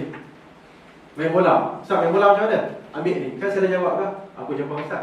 Jawapan saya ialah melalaikan. Okey, so dia pun main bola. Main bola, Allahu Akbar. Gol tak gol. Gol tak apalah. Gol lepas tu mesti kan. Kan solat apa? Sabar. Dia tak melalaikan. Ya. Rijalun la tulihim tijaratun wala bai'un an dzikrillah. Lelaki yang tidak melalaikan mereka tijarah, perniagaan. Ataupun bai'un, jual beli daripada zikrullah. Okey. So melalaikan baru tak boleh. Serta kat sini. Ada yang memberikan contoh-contoh. Ini namanya contoh. Kan? Spesifik contoh nyanyian. Okey. Yang paling jelas, paling banyak melalaikan daripada Al-Quran adalah nyanyian. Kan? Senang je dia hafal kan? Kan? Bahasa apa pun boleh. Bahasa apa pun boleh kan? Okey. Syirik. Syirik kan? Syirik ni satu benda yang pasal syirik ada dua jenis. Syirik yang jelas, syirik yang tak jelas. Ada orang minta daripada, kita tengok banyak kan sekarang ni, dia tengok bila YouTube ada ni, macam-macam kita tengok yang minta maknanya pakai lagi hebat daripada kita ni kan, dari sudut zahirnya tu kan, tapi minta kat kubur kan. Dan silakan Idza sa'alta fas'alillah. Itu Allah ada sebut. Kalau kamu tanya, wahai Abdullah bin Abbas, kalau kamu tanya, is'alillah, tanya Allah, minta kepada Allah. Kan? Tiba-tiba orang minta kat kubur. Alah, macam nampak? Tu berat benda ni. Cerita sama juga. Ini adalah contoh-contoh apa dia? Yang melalaikan, yang besar-besar ni. Cerita. Yang cerita tadi lah, drama lah, movie lah, apa semua yang melalaikan. Okey? Penyanyi sama juga. Kan? Penyanyi, bila penyanyi pakai macam dia. Fashion apa? Raya pun kena ikut penyanyi-penyanyi kan. Ustaz masuk tak jadi. Kecuali kalau ustaz tu jadi penyanyi. Okey lah kot. Ya Allah, ustaz. Okey. Baik. Dengan itu, ini sebenarnya adalah yang ni. Uraian jenis. Tak payah pilih.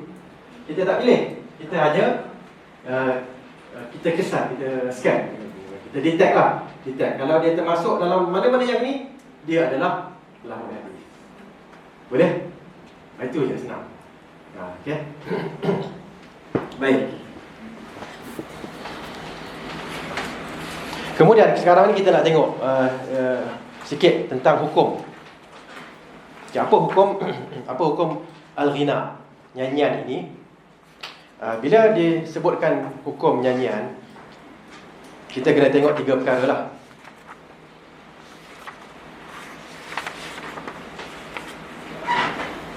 Iaitu kita nak tengok muzik, nyanyian dan juga syair.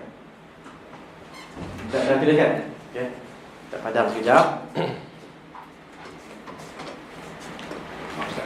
Sila. Kita tak ada WhatsApp group Ada?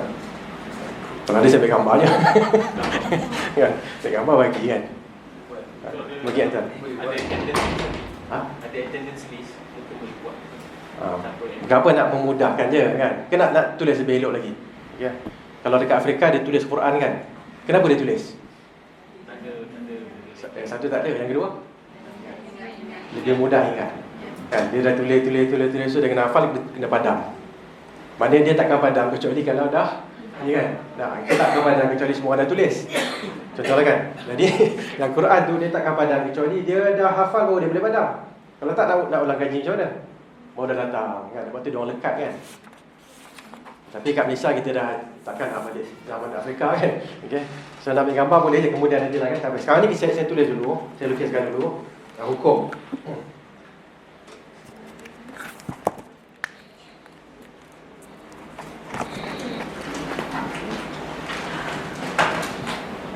Okey, hukum kat sini kita nak bagikan kepada satu muzik.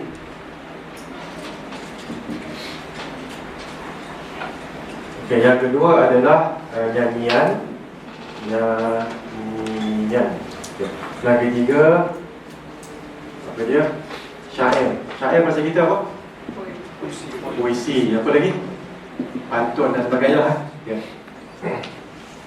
Okay, muzik ni muzik ni sepakat. Kalau semua apa simbol untuk semua. Negatif tolak, politik campur, apa semua tak ada. Bulat. Boleh tak? Bulat Bulat haram. Mari sepakat mengatakan haram. Di sisi ulama lah. Okey. Sekarang ni nyanyian pula. Okay, nyanyian ada huraian kat sini.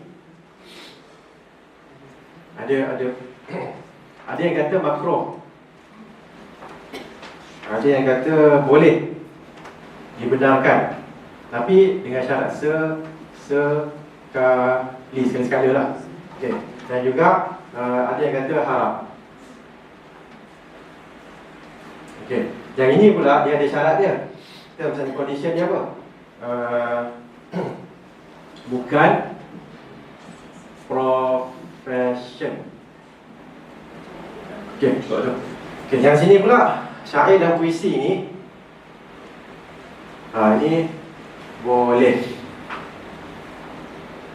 Boleh okay, baik.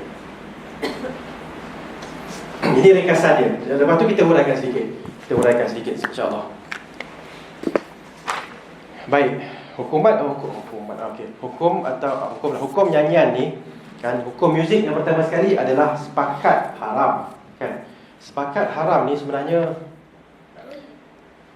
muzik tu tak boleh lah. Disepakati haram. Contohnya dia sebenarnya ada satu hadis dalam Bukhari. la yakunanna min ummati aqwamun yastahilluna al-hira wal harir wal khamra wal ma'azif. Sungguh akan ada sebahagian dari umatku yang menghalalkan zina, sutera, minuman keras dan alat-alat muzik. Okey, 4 benda ni. Ini hadis Bukhari. Okey, walaupun adalah seorang ulama, Ibn Hazm, dia kata hadis ni tak sahih. Tapi semua ulama lain kata hadis ni sahih. Okey, baik. Contohnya dalam mazhab Syafi'i, kan, pasal kita kat Malaysia kan, kita mazhab Syafi'i, ada ulama yang bernama Ibnu Hajar Al-Haytami. Beliau mengatakan wa man haka fihi khilaf, dia baca laju, wa man haka fihi khilafan faqad ghalata aw ghalaba alayhi hawahu hatta asammahu wa a'mahu wa mana'ahu hudah wa zalla bihi an sunan taqwa. Sesiapa yang mengatakan bahawa ada khilaf dalam masalah ini, iaitu mengharamkan muzik, sesungguhnya dia telah salah atau dia telah dikuasai oleh hawa nafsunya sampai membuat dia tuli dan buta sehingga dirinya terhalang dari petunjuk dan tergelincir dari kebiasaan takwanya. Okey. Jadi kalau ikut mazhab Syafi'i pun memang kebanyakan, boleh kata semualah sepakat lebih-lebih lagi semua dia, kenyataannya adalah ulama-ulama mazhab mengharamkan, khususnya dalam mazhab Syafi'i. Tapi kita nak lebih khusus huraian kita kepada mazhab Syafi'i pasal kita dekat Malaysia ni mazhab Syafi'i kan. Okey. So itu yang pertama berkenaan dengan muzik. Tak apa, lepas ni lama balik ni kan macam mana kan. Tak apa, tu sabar. Dengar dulu kan, relax kan. Okey. Memang sebab tu saya kata tadi, ayat ni dia memerlukan sedikit satu, kita kena faham dulu. Kemudian tengoklah macam mana kata ustaz, saya kalau tak dengar muzik saya jadi menggigil. Contohlah kan.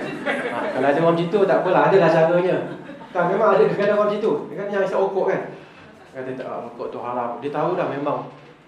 Dari sudut kesihatan pun dia dah tahu dah. Kalau kesihatan haram, takkan agama membenarkan. Tapi ustaz saya tak isap menggigil. Contohlah kan aja. Nah. Ada 2 hadis. Satu yang Nabi pergi kaum Bari Batu Urus. Nabi tanya ni ya. Yang satu tu yang Aisyah. Menyanyi masa air. Bagus. Ini adalah yang termasuk kat sini. Yang sabar saya bagi habis dulu tau. Jangan tiba-tiba keluar. Okey. Ini yang saya nak sebut last sekali, bahawa adapun yang dibolehkan para ulama adalah duf. Duf ni gendang. Okey. Rebana, pasal kita rebana kan. Gendanglah. Itu pun hanya di acara tertentu, iaitu walimah, Eid, ini apa? Hari raya dan semisalnya. Semisalnya mungkin peperangan ke apa ke yang memerlukan semangat sikit. Perang ni kita belagak sombong pun boleh. Faham tak belagak sombong? Ayat dalam surah Luqman ni ada waqsid waqsid fi mashika waqdud min sautik. Jalan dengan apa? Jalan dengan apa? Bukan, sebaliknya. Jalan dengan tawaduk lah kayaknya. Jalan tu tawaduk lah. Jangan bongkak kan, apa semua kan. Okay? Dan cakap dengan suara yang lembut kan. Tapi dalam peperangan tak. Peperangan kena jalan. Kalau dalam peperangan kita nak pergi ke kan, Rasulullah kita nak pergi faham macam soalan kita. Boleh lagi tak? Tak boleh. Kan? So jalan dan kamu berada dalam sakinah kan. Dalam ketenangan, jalan tenang. Pelan-pelan kan? Okay. Adakah jalan tenang macam ni kan? Tak kan? Tapi dalam peperangan, siapa bukan lah kan, ataupun sahabat lain, dia pakai untuk jalan dengan macam seorang yang nak pergi perang lah. Bukan nak pergi solat. Dengan solat. Nabi mengatakan hadihi misyatun. Ini adalah cara jalan yubghidu Allah, yang Allah benci, kecuali dalam keadaan ini. Dalam keadaan peperangan, macam inilah kita jalan. Ini dalam peperangan kita jalan. Apa dia kan? Okay. So yang seperti yang tuan sebutkan tadi, walimah, hari raya, dibenarkan. Okey. Kemudian syair pula. Syair ni syair yang bersatu. Sini kan syair puisi kan. Okey. Ini Ibnu Abdul Bar, seorang ulama dalam mazhab Maliki, dia ada sebutkan bahawa wa hadzal bab min al-ghina qad ajazahu ulama. Ini daripada nyanyian yang ini dibenarkan. Yang ini dibenarkan. Okey. Teruskan. Okay, kemudian Imam Syafi'i ada sebutkan. Imam Syafi'i ada sebutkan mendengar fa ammastima'ul hidai wa nasyidil a'rab fala ba'sa bihi qallau kathur wa kadzalika istima'u syi'ri syair kan. Adapun berkenaan dengan al-hida lantunan untuk menyemangati apa benda, memberi semangat kepada unta. Unta bila jalan kan, kita nyanyi-nyanyi untuk dia, laju dia jalan. Unta lah kan. Kalau kereta tak ada, kita tekan minyak je. Okay. Jadi nasyid-nasyid Badawi, nasyid kan, tak ada masalah. Kan nasyid-nasyid Arab kan, sikit banyak tak ada masalah. Okay. Mendengar puisi tak ada masalah kan. Bahasa kita pantun, apa lagi ya, syair, kita ada syair, ada pantun, ada apa, gurindam lah, apa benda, kasidah, lagi apa lagi? Seloka. Ada long tak ada, seloka, saya tak tahu itu kan. Dan juga satu lagi tu yang pantun kan. Boleh tak boleh? Boleh ke tak boleh? Jawapan dia boleh, tak ada masalah kan. Tapi ialah dengan syarat maksud dia betul kan. Okey. Baik. Dengan selepas itu kita pergi kepada nyanyian pula kan. Yang nombor 3 tu tak apalah, kita tukar-tukar tu. Nombor 3 adalah nyanyian. Okey, pendapat pertama mengatakan haram sepenuhnya kan. Pendapat kedua mengatakan boleh sekali-sekala tapi tak dijadikan sebagai profession. Bukan kerja kita. Kerja kita menyanyi. Okey, tak dibenarkan. Yang ketiga makruh. Okey. Makruh ni adalah pendapat Imam Syafi'i. Dia kata makruh maknanya, makruh ni maksud dia apa? Makruh kalau buat tak berdosa. Kalau tinggalkan dapat pahala. Lebih baik tinggalkan, tapi nak buat boleh. Okey. Okey, baik. Ini pandangan Al-Imam Syafi'i. Okay, so Imam Syafi'i sendiri sebut dalam kitabnya Al-Um, dia kata saya baca terjemahan terus kan, masa dah tu, tentang lelaki dan wanita yang bernyanyi dan menjadikannya sebagai pekerjaan mereka, profession mereka, maka persaksian salah satu dari keduanya tidak diterima. Dia tak boleh jadi saksi kan. Aduh, ya kan. Okey, tak boleh jadi saksi. Sebab nyanyian merupakan satu perkara yang sia-sia, yang dibenci dan mirip kepada kebatilan. Dan barang siapa melakukan hal ini, maka ia disandarkan kepada orang itu akan disandarkan kepada kebodohan dan terjatuh harga diri dia, maruah dia kan. Dan barang siapa yang redha akan hal ini, maka dia telah merendahkan dirinya, meskipun keharamannya tidak jelas haram. Dari sudut haram tu dia tak haram kan, tapi tak wajar lah kan, tidak wajar. So bila tak wajar ni jadi makruh lah, tak sepatutnya kan. Contoh. Saya datang sini, saya pakai baju apa tak boleh pakai sini. Saya pakai baju swimming suit. Tutup aurat tapi swimming suit. Mengajar tafsir. Haram ke? Habis murah. Bila mengganggu muruah, makruh lah namanya. Tak. Makan lollipop apa tak salah. Yang penting benda-benda yang tak sepatutlah ustaz buat macam itu je. Dia tak sepatut, namanya makruh. Okey, settle. Kemudian itu yang tadi kita sebutkan, bahawa mendengar Imam Syafi'i sini sebutkan juga, mendengar puisi-puisi ataupun syair-syair yang pendek-pendek, yang kalau dibaca kepada unta pun jadi semangat nak jalan dengan cepat. Okey, waktu malam khususnya. Biasanya zaman dulu unta gerak waktu malam. Waktu malam kan kita tidur kan, orang semua tidur, yang seorang-seorang kat depan je, jadi dia nyanyi kan, jadi laju gerak unta. So ada sahabat macam gitu kan, dia akan anjasah nama dia. Anjasah lelaki lah kan, ruwaidaka ya anjasah rifqan bil qawarir kan. Nabi bila dia nyanyi, unta jalan laju kan. Bila unta jalan laju, ke atas ni yang perempuan-perempuan sahabiat semua ada kat atas, dia panggil haudash ataupun apa dia panggil lah, caravan lah yang atas unta tu. Jadi bila unta boleh berjalan dekat macam tu kan, jadi orang ni pun kesian dekat orang kan. So Nabi mengatakan, dia kata man hadha kan, siapa yang nyanyi ni? Anjasha. Dia bukan tak kata haram tak. Nabi kata apa? Ruwaidaka ya Anjasha, slow sikit wahai Anjasha, rifqan bil qawaid kan. Maksudnya slow sikit wahai Anjasha, tolong jaga sikit kita punya kristal ni kan. Maknanya wanita-wanita kita di atas tu kesian orang kan. Itulah kiranya. Okey. Baik. Kemudian ada satu perkara yang menarik nak disebutkan di sini, iaitu Okey. Bahan-bahan alat muzik tadi kan.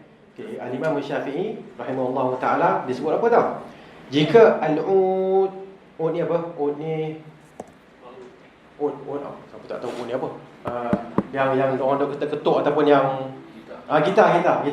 Gitar ni dia panggil ud. Kan gitar ini kalau tidak digunakan kecuali untuk main gitar tu hanya guna untuk tu. Okey. Dan maka wasiatnya batal. Maksudnya apa? Maksudnya kalau ada orang mewasiatkan gitar ni untuk gitar saya ni bagi kat dia. Saya ada 5 gitar, ni bagi kat A, bagi kat B. Wasiat pemati ni kan. Imam Syafi'i kata batal. Sekiranya gitar tu hanya digunakan untuk ding. Faham kan? Tapi kalau gitar tu boleh guna untuk pukul penyamun ke apa, tak apa. Faham, itu maksud dia. Ya, itu maksud dia. Demikian juga pembicaraan mengenai seluruh jenis seruling ataupun alat muzik. Apa sahaja ada trompet lah kan. Kalau saksofon dan sebagainya, benda tu kalau guna dia adalah untuk muzik, tak boleh wasiatkan. Tapi kalau kita tak apalah, ambil fahaman lain. Dia ambil apa? Trompet tu untuk pukul lipas ke. Boleh ya? Faham tak? Ini kalam Imam Syafi'i. Imam Syafi'i sebut umum, saya yang uraikan. Okey, baik. Seterusnya Imam Syafi'i sebut lagi apa? Kan? Semua yang ada, segala perkara yang ada harga menyebabkan dipotong tangan orang yang mencuri jika harga barang tersebut mencapai 1/4 dinar. 1 dinar ni lebih kurang apa lah? 1 dinar dalam 800 kot, 1000 lah lebih kurang. Jadi kalau 1/4 dinar berapa? 250 lebih kurang, 250. Okey, rubu' dinar. Okey, baik ya. Kemudian dia sebut tak kira lah benda tu Al-Quran, pedang, okey, dan apa-apa yang boleh dijual ke apa ke. Tapi jika orang tu mencuri, kan ni nak cerita tentang hudud kan, hudud. Kalau orang tu mencuri khamar, dicuri apa? Arak. Dia masuk bar, dia curi arak kan. Dia tengok arak tu mahal kan, 2,000 contohlah kan. Atau babi. Dia curi babi, maka tidaklah dipotong tangannya. Tak boleh potong tangan dia. Kerana apa? Kerana hasil penjualan khamar dan babi adalah haram. Jadi tak boleh potong tangan dia. Bila tak sebut tak boleh potong, dia akan pergi kepada hukuman yang lain. Dia ada hudud dan ada bawah dia apa? Ta'zir. Dia mencuri kan. So ada hukuman lain. Tapi potong tangan tak boleh. Kalau ada hukuman potong tangan itu. Okey. Tak habis lagi. Selain itu, orang pencuri ini juga tidak dipotong tangannya jika dia mencuri tombor. Tombor ni apa? Kecapi rebab. Apa tahu tak? Yang pukul yang dua ni kan. Okey. Dia ada gendang satu kan. Kalau dua tu, inilah dia tombor dan mizmar. Seruling apa semua ni. Kalau dia curi yang tu lebih daripada rubu' dinar, 200-250 ringgit, tak dipotong tangan dia. Pasal nak jual benda ni tak boleh. Dia tak berharga. Kan? Dia tak berharga, tak ada harga. Okey. Jadi jelas kat sini Imam Syafi'i sebenarnya keras kat sini. Itu yang pelik tu, kalau Imam Syafi'i keras, kenapa kita yang mazhab Syafi'i jadi lembut? Kan macam dia panggil orang muda kata cannot brain kan, cannot tak faham kan. Okey. Allah musta'an. Satu lagi, last kali kat sini, Imam Syafi'i juga dia kata apa? Orang yang dia kata sekiranya dia menghancurkan kecapi, seruling atau gendang, ni bahasa Indonesia sikit lah. Macam tadilah, apa dia tadi, rebab tadi tu, seruling, gendang, okey, yang hanya untuk hiburan. Dia bukan untuk pukul lipas dan sebagainya. Tidak kan? Okey. Jadi siapa yang pecahkan benda tu, dia tak perlu ganti. Saya bukan nak suruh pecahkan. Saya membacakan hukumnya. Yang lepas ni pergi pecah piano-piano kat rumah tu pun pecah. Itu jangan itu cerita lain ya. Okey, kita ceritakan dulu. Dan Imam Syafi'i sebut ini merangkumi Nasrani, orang Kristian yang pecahkan gitar orang Islam. Okey. Ataupun orang Kristian Yahudi yang pecahkan gitar orang Islam, ataupun sebaliknya. Kata sama dia ni. Benda ni tak ada harga. Okey, mengikut Imam Syafi'i rahimahullah taala. Okey. Baik, selesai itu, selesai. Saya ambil masa sikit 5 minit saja untuk selesaikan ayat ini. Liyudilla an sabilillah, untuk menyesatkan manusia dari jalan Allah tanpa pengetahuan. Okey. Ulaika lahum azabun muhin, dan mereka itu memperoleh azab yang menghinakan. Okey. Bila kita sebutkan ataupun yang pertama sekali liyudilla an sabilillah, maknanya semua benda ni kan akan menyesatkan daripada jalan Allah. Akan menyesatkan dari jalan Allah. Sebab tu kan tuan-tuan dan puan, kalau tengok kerajaan Andalusia ni dalam sejarah kan, kenapa dia jatuh? Kenapa? Hiburan. Ada satu masa, ni dalam kitab sejarah kita boleh tengoklah. Satu masa kumpulan Kristian ni masuk balik, tengok keadaan apa semua kan. Jumpa orang menangis. Budak menangis. Kenapa? Dek, kenapa nangis? Ini SB lah, tak tahu SB. Dia punya apa? Special branch orang kan, yang datang tengok macam itu. Budak ni nangis. Kenapa nangis?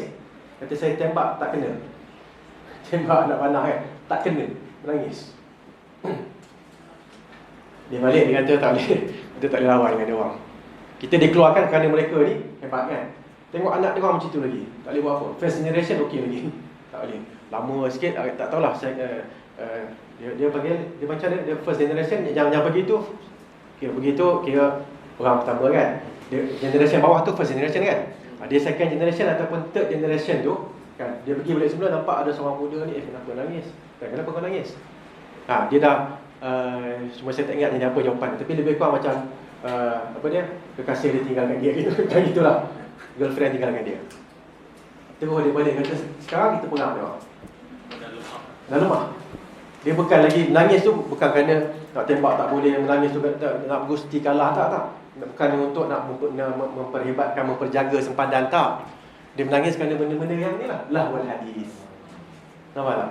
Okay. Single girlfriend tinggal menangis. Punyalah ramai girlfriend kat luar tu. Nak menangis buat apa? Betul tak?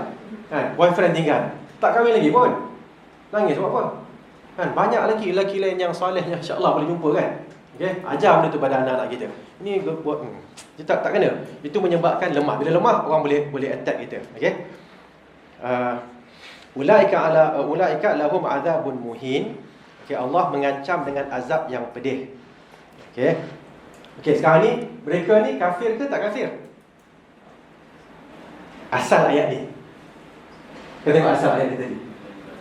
Kan yang beli yang sebelum ni, gambar sebelum ni ataupun gambar raja sebelum ni. Orang yang beli hamba untuk menyanyi. Sahabat ke orang Quraisy? Takkan sahabat beli, Quraisy yang beli. Okey. Orang yang beli buku-buku untuk storytelling ni, An-Nadhr bin Harith. Dia apa? Dia sahabat ke dia Quraisy? Kafir Quraisy. Okey. Yang buat syirik apa? Kafir Quraisy, sahabat tak buat. Dan apa dia? Tadi yang menyanyi ni siapa dia? Kan? Bila nak perang menyanyi siapa dia? Quraisy. Kafir Quraisy. Sahabat tak ada. Sahabat nak perang, makin nak perang tu solat malam apa semua, baca Quran apa semua kan. Okey. Jadi asalnya untuk orang kafir. Boleh tak kita kata kalau gitu Ustaz? Ulaika lahum azabun muhin. Mereka itu iaitu orang-orang kafir yang melakukan perkara-perkara ini, mereka lah yang mendapat azab yang pedih. Jadi Ustaz, kita selamatlah. Boleh tak cakap macam tu? Kenapa tak boleh? Kenapa tak boleh? Sifat. Dia adalah merujuk kepada disebut ulaika, walaupun kembali pada orang kafir, tapi orang kafir itu ada membuat beberapa perbuatan. Jadi siapa yang membuat perbuatan itu pun dia masuk dalam kategori itu walaupun dia tak kafir. Kena ingat ya. So jangan kita kata okey siapa main muzik lepas ni dia kafir. Tak. Dia tak kafir. Tapi dia berdosa besar. Kan dia akan mendapat azab ni kalau dia tak bertaubat. Okey. Boleh juga diampunkan selagi mana dia tidak melakukan syirik kalau dia orang Islam. Kena ingat itu, okey. Dan ini adalah mengikut kaedah dalam Al-Quran, dalam ulum Al-Quran mengatakan pengajaran diambil daripada lafaz yang umum. Ulaika lahum. Kan mereka itu umum. Jadi siapa yang buat perkara tu dia akan dapat azab yang menghinakan. Okey. Saya rasa itu saja kan. Sikitlah kot agaknya. Daripada ini apa yang kita boleh cuba fikirkan untuk kehidupan kita. Ini ilmunya kan. ilmu dah dapat dah kan. Okay, yang rasa berat-berat lah kan. Yang rasa ringan tu lega kan. Tahulah maknanya selama ni tak pasti lagi kan. Agaknya kan haram ke tak haram. Jangan tengok Imam Syafi'i begitu keras dalam perkara ni. Dan Imam Syafi'i pun memang dihormati oleh semua ulama-ulama kan. Jadi agak lega lah bila tahu benda tu tak betul. Tapi masalahnya apa? Kan masalah lah. Saya sendiri pun tak apa nak habis. Suami saya, isteri saya, anak saya, macam mana nak buat? Macam mana? Boleh fikirkan. Okay, contohnya sekarang kita pergi mana-mana tempat kan. Pergi mana-mana tempat di muzik kan. Contohnya macam apa? Perkahwinan kan, ataupun mall. Okay. Dekat sini sebenarnya lafaz-lafaz yang disebutkan kat sini antaranya adalah wal istima' dan mendengar. Kan? Istima' ni dia kita memang mendengar, nak mendengar. Kita menikmati dan memberi perhatian. Itu memang tak boleh. Tapi kalau pergi kat mall, takkan nak letak tak tutup kan? Boleh je letak kan? Tapi adakah wajib buat begitu? Kita mengatakan taklah wajib. Kalau boleh buat bagus juga kan? Tapi kita jangan alang-alang ada kat sana kan, sambil tunggu tu kan, tunggu isteri shopping kan, biasa isteri shopping kan. Sambil tengok lagu ni nostalgia kan, tu kita menghayati. Sampai tering kan, call 5 minit dia call tak, kita tak angkat, menghayati muzik tu tak boleh lah. Kita kena buat macam tak dengar. Boleh tak buat macam tak dengar? Boleh ke? Ada ke perbuatan yang merupakan buat tak dengar, ada tak? Ada. Memang ada. Memang kita boleh buat tak dengar. Okay? Khususnya kalau isteri beletih kan. Memang tu kita angguk sikit kan. Tu kan dah cakap tadi. Dah cakap apa kan? Tak adanya, dia takkan dengar. Dia boleh mute kan. Mute tu. Dia kan tok kan. Itulah yang kita buat. Nak kalau yang perempuan tak tahu, tanya suami masing-masing. Kan macam mana nak mute kan? Noise cancelling. Dia voice cancelling tu kita boleh buat. Dan itu yang kita kena buat bila ada muzik. Kadang-kadang kan nak tengok berita di muzik kan, masa tu kan ada remote control, slowkan sikit. Dan bila nampak je orang tu dah bercakap, buka balik semula. Kan? Kalau anak kita tengok juga kartun tu, susah kan kartun yang tak ada muzik. Kalau ada muzik saja, slow. Dia akan slow. Dia akan tahu benda tu salah. Bila dah mula bercakap, dia onkan balik semula. Itu yang kita kena buat. Menghadiri undangan yang ada menghadiri undangan tu dia memang satu perbincangan lain yang sebenar-benarnya tak boleh. Kan? Sebenarnya tak boleh. Tapi kalau kena pergi juga, kita minimumkan kita punya keberadaan tu. Ya, kita pergi cepat-cepat tu, ada kalau pandai-pandai lah, janganlah cepat-cepat duduk alang-alang dah duduk. Kan, alam selok perkasam bila sampai ke pakai lengan apa semua kan. Jangan. Kita kena sentiasa kena jaga. Pasal dunia sekarang ni dia dah makin susah dah. Makin susah kan. Kena sentiasa dia panggil berhati-hati, bermujahadah kan. Dan yang pentingnya kena sampaikan info bahawa benda ni tak betul. Tak betul. Tapi ayah nak buat macam mana, dah ada benda ni. Kan? So kata okey buat, tapi apa yang Nabi ajarkan? Mara'a minkum munkaran, siapa yang melihat kemungkaran, falyughayyirhu biyadihi, ubah dengan tangan dia. Kuasalah kan. Kalau tak boleh dengan lisan, uraikan. Tak boleh dengan hati. Wa dzalika adhaful iman. Bawah ni tak ada iman dah. Kalau hati pun biasalah lagu ni dia dah tak betul lah. Itu bukan keimanan, itu adalah kefasikan. Okey? Tapi dia cara nak buat macam saya sebut tadi Kalau boleh tinggal terus. Kalau tak boleh tinggal terus, kita huraikan. Kan? Dari satu tempat nak huraikan pun tak boleh, ingkar dalam hati. Jangan disebabkan saya tak boleh ingkar. Alang-alang saya dekat sini, anak murid pun tak ada kan. So alang-alang saya pun menghayatilah lagu ni. Kan, menghayati kan, macam ada anak murid pun tak tahu. Kita kena menzahirkan kita tak suka benda tu. Okey? Ini namanya mujahadah. Silakan. Soalan. Macam mana pendapatan daripada muzik? Pendapatan daripada muzik jelas haram. Dia macam pendapatan daripada riba. Haram. So, penyanyi sama makan haram. Kalau ikut yang tu, ya, betul. Sebenarnya benda ni ada satu soalan tau dekat TV. Ada seorang ustaz kita lah kan. kan, dia sebutkan benda tu, menangis penyanyi tu. Tapi dia memang betul, saya ditanya, saya minta maaf lah, saya dijaga lah kan, saya ditanya kan, saya menceritakan apa yang saya belajar, bahawa benda ni haram, pendapatan sini haram. Menangis penyanyi tu, sampai saya tak ingat lah siapa penyanyi tu kan. Tapi benda ni kadang-kadang kita kena tahu satu benda, kita tinggalkan sesuatu kan. Dalam hadis sebut apa, sesiapa yang meninggalkan sesuatu kerana Allah, awadallahu khairan minhu kan, Allah akan tinggalkan, Allah akan gantikan untuk dia sesuatu yang lebih baik. Kena yakin yang tu je, kena yakin yang tu. Okay, tapi memanglah bila tinggal satu benda nak berubah tu, dia akan ada cabaran-cabaran kan. Cabaran tu memang ada, dan masa cabaran ni ada, itulah kawan-kawan kita nak tolong kan. Kawan-kawan yang ada pertumbuhan ke apa ke, kita ada duit lebih ni, kita bantu je dia kan. Contoh saya bagi satu cabaran kan, ada orang masuk Islam, nama dah saya bahasa kat sini dulu lah, dengan Darul Fitrah kan, ada seorang tu masuk Islam, orang Amerika. Boleh cerita ni sikit, 3 minit. Ceritanya dia masuk Islam, lepas tu dia kena datang ke Malaysia. Maksudnya dia memang kat Sabah pun, Sabah ke Sarawak. Dia datang ke Semenanjung, tak ada tempat kerja pun semua tak ada. So dia kata ada seorang, tak ingat kata datuk ke siapa ke, businessman ke, yang kata, okay doctor, you can use my apartment, I'm not using it, use tak kira lah berapa lama kau nak guna lah, selagi mana tak jumpa kerja ke apa. Benda tu kena ada, support system tu kena ada. Okay. Tapi memang benda ni kadang-kadang dia akan susah, masa tu lah kita bantu. Kita bantu ikut kemampuan kita, InsyaAllah. Okay, ada. Kalau ada setengah orang gunakan pendapat Ibnu Hazm yang kata boleh, yang itu kaedah tu boleh terima. Okey, dia bukan, okey, soalan dia kalau dia ada orang dia ambil pandangan Ibnu Hazm tadi kan, yang menyalahi sebegitu ramai ulama ni kan. Okey. Dan sebenarnya Ibnu Hazm tu jugalah yang kalau tak salah dia ataupun Daud Ibn Hazm yang menyebabkan apa, Andalus tu jatuh daripada situlah kan. So apa pun kalau kita nak kata betul tak betul, jawapan dia tak betul lah kan. Tapi sekarang ni soalan dia, kalau orang ambil pandangan tu, apa kita punya pendirian kita terhadap dia kan. So kita pertama sekali kita taklah menghukum dia terus, dia ni kafir apa, tak kan. Kita mengatakan dia salah. So bila dia kata dia salah, kita kenalah berhujah apa semua. Kadang-kadang dia mungkin tak berapa jelas sangat hujah tu.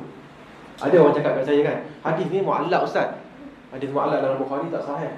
Kita bilang hadis, kita kata hadis mu'allaq dalam Bukhari lah yang sahih kan. Hadis mu'allaq ni hadis yang tak dinyatakan chain of transmitters, chain of narration dia. Tapi kalau Bukhari dia kata qala fulan kan, qala maksudnya sahih kan. Itu kaedah. Mungkin orang tu tak tahu kaedah tu. Betul tak? Kan dia tengok macam ni kan. Ni warna apa? Biru kan? Biru artinya apa? Tak payah tengok. Biru artinya apa? Mineral water. Kalau hijau? Kalau putih? Drinking. Orang yang tak tahu dia kata oh mineral. Kita tengok jauh tahu dah. Macam tu lah lebih kurang kan. Kalau orang yang dia pomen kereta, datang kereta bunyi, oh ni masalah dia kesian-kesian. Kita yang tak tahu ni buka, okey je enjin dia. Mana kita nak tahu? Begitulah dia. Kadang-kadang ada orang macam tu. Dan walaupun dia ustaz, yang saya cakap tadi tu ustaz tau, dan veteran juga kan. Dia kata, Ibn Hazm kan hadis tu dhaif. Alamak kata, dalam hati saya, macam mana dia tak tahu. Tapi saya dah balik orang kita. Tapi nak buat macam mana? Benda tu boleh berlaku. Dan ustaz dia tidak maksum. Kena ingat itu. Boleh dia ustaz tu salah. Okay.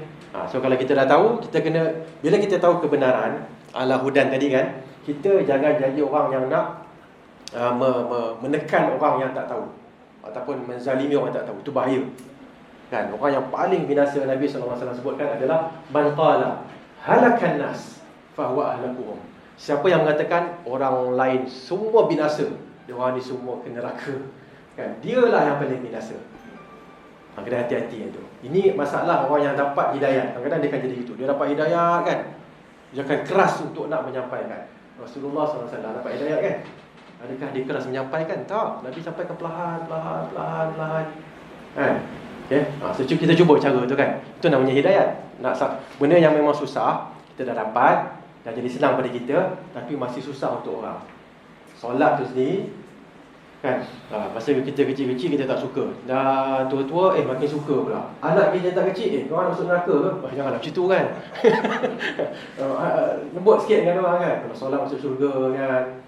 Kita tanya soalan kat dia, nak solat tak? Dia akan jawab, dia tak nak solat tapi kena solat. Okey lah tu. Kan? Anak saya kita jawapannya. Nak solat tak? Jom kita solat, nak solat tak? Kita cerita syurga neraka apa semua kan? Kita tak nak solat. Tapi kena solat. Okey ya, tak apa. Satu masa nanti dia kena solat dan nak solat. Baiklah tu. Dia peringkat-peringkat. Jangan kata kau ni, kita nak pergi syurga ni apa ni, ahli neraka ada kat rumah ni. Jangan benda-benda gitu jangan sebut, itu pantang larang. Kan Nabi tak buat gitu. Nabi akan seolah-olah api kan. Api kata aku ni adalah ibarat orang yang buka api, unggun api dan melarang apa? Bukan buka api, ada api aku melarang serangga masuk. Serangga dapat cahaya dan masuk kan, larang. Bukannya masuk. Tak ada. Okey, so gitulah. Kan kita urai dengan baik kan. Kita selalu mendoakan dia. Kadang-kadang dia bukan tak nak, tapi tak jelas lagi dan belum ada orang doa untuk dia. Okey, saya kata itu sahaja insya-Allah untuk hari ini. Minta maaf dah lebih masa pula kan. Okey. Insya-Allah akan datang 10.30 kita berhenti ataupun cabut bateri tu. Kita tangguh dulu dengan tasbih al-kafar. Subhanakallahumma wa bihamdika asyhadu an la ilaha illa anta astaghfiruka wa atubu ilaik. Assalamualaikum warahmatullahi wabarakatuh.